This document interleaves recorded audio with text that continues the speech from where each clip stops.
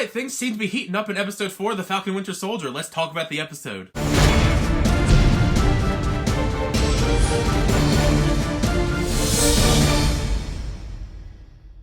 Everybody, so we've now reached episode 4 of The Falcon and Winter Soldier on Disney+. We're now 2/3 of the way through the series already. It's pretty crazy how fast the series is flying by. I really do enjoy talking about it with you guys each week though, so make sure you comment in the comment section down below with your thoughts about the episode, because part of the fun of it is having that discussion with you guys each week about every episode. So if you enjoy that stuff, make sure you like on the video and also subscribe so you're up to date with all the discussions about The Falcon and Winter Soldier and all my reviews for movies and all that stuff as well. And I don't want you to miss any of it. We had some big stuff last week. We had the return of Baron Zemo and Sharon Carter in the episode. Baron Zemo was probably the highlight of last episode for me, as we're still on the hunt when it comes to info about the Super Soldier Serum and also the Power Broker. Then we had that surprise appearance at the end of the episode where Ao from the Dora Milaje shows up and talks to Bucky because they still want Baron Zemo, which makes sense due to the fact that he did kill King T'Chaka back in Captain America Civil War. And there has been some criticism when it comes to the show where it's kind of slow out the gate, but I really think that this episode in particular is going to pick up momentum for the rest of the series. I thought it was nice that we got a flashback to Wakanda several years ago, back when Bucky was in Wakanda as the White Wolf and he was being deprogrammed.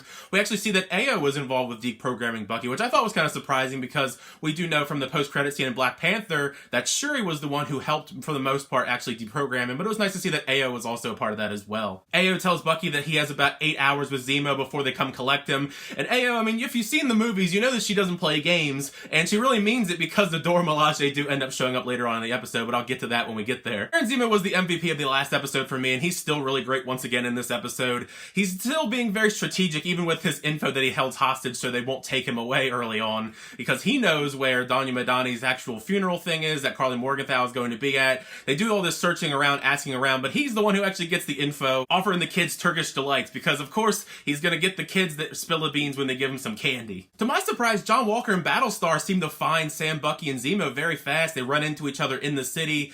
They still don't get along as expected. I don't like John Walker at all, especially by the end of this episode, but he's just so unhinged. He's like on the point of being unhinged, and he's obnoxious and selfish, and I'm just not a fan of him, so the less he's on screen the better. But basically now it's a forced team up between all of them to try and find Karli Morgenthau at this event. Pretty much everybody has their own strategy they want to put forth into talking to Karli Morgenthau at this event. Of course, John Walker wants to take the more aggressive method, as he's also handcuffed Baron Zemo because he wants to take him back since he is broken out of prison. I do love Sam's approach as he just tries to talk to her. I mean, a very simple method. He goes to talk to Karli. It's probably one of my favorite scenes of the episode. It's very powerful, trying to get the reasoning behind Karli Morgenthau and her methods when it comes to her and the Flag Smashers. I do like that we get a little bit more of the info with the background when it comes to the Flag Smashers, because as of this point in time, they had been a little bit underdeveloped, undercooked, if you will, and I think we get a little bit more of a better picture, a better perspective of their motives, even if they're doing things the wrong way, and they definitely do some really wrong things later on. It seems like they have the right idea, as I said in my last episode review, actually, but they're not executing it in the right way. Unfortunately, John Walker has to go and ruin it, making Karli run away. They pretty much all lose her, except for Zemo, who uncuffed himself, and he goes and actually shoots Karli Morgenthau, which I was actually shocked by. Zemo is shooting a lot of people in this show, but he actually smashes most of the Super Soldier Serum, so there's not very many left. And to nobody's surprise, John Walker picks up the one serum he finds, and he looks at it a while, and he actually takes it with him, kind of shading how, you know, he was inevitably going to end up taking it at some point in time. That's at least what I thought going into this, because he is U.S. Agent, and U.S. Agent is a superhuman enhanced kind of ability character in the comic book. It was really great to me that they showed us both perspectives when it comes to would you take the Super Soldier Serum or not if given the opportunity, as we do see Sam is talking to Zemo, and he wouldn't take the Super Soldier Serum if he was given the opportunity to.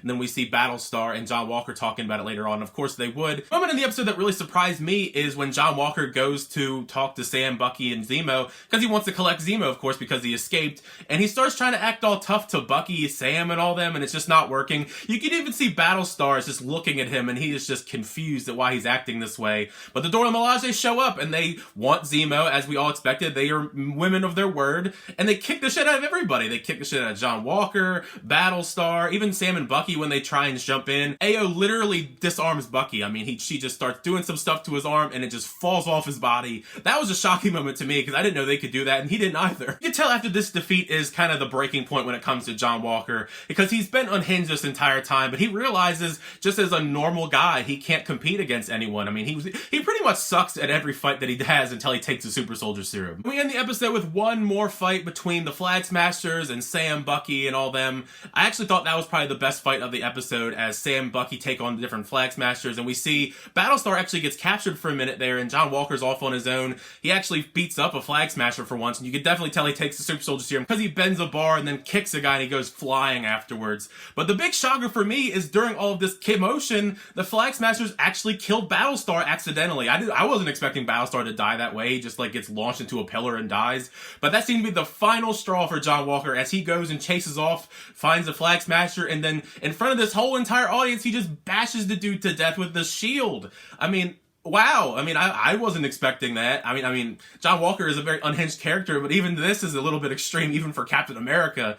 I don't know how much longer he's going to actually be Captain America, as he has this whole crowd around him, people with phones. Sam and Bucky are shocked to see what they saw, and that's where the episode ends. So I don't know. I mean, John Walker is unhinged. I mean, we see with the super soldier serum, it turns bad people more bad and good people more good, and it seems like he's definitely leaning more towards the bad. Let's see. I mean, he's U.S. agent in the comic books. I don't know if he's going to just go full out U.S. agent after this episode. Is he going to give the shield to Bucky and Sam? Who knows? I mean, really crazy end of the episode. Let me know in the comments down below, though. What did you think of this episode of the Falcon and Winter Soldier? Were you a fan of it, not a fan of it? What did you think of the developments in this episode? All the different crazy moments. I'd love to know your thoughts and theories about what's to come next. Either way, make sure you leave a comment, because I talk about all things movies and TV with you guys on the channel. Thank you guys, as always, for watching. If you enjoyed the video, make sure you like it, the subscribe button. We'll keep movie show actions, unboxing, and more. Until next time, I'll see you guys later.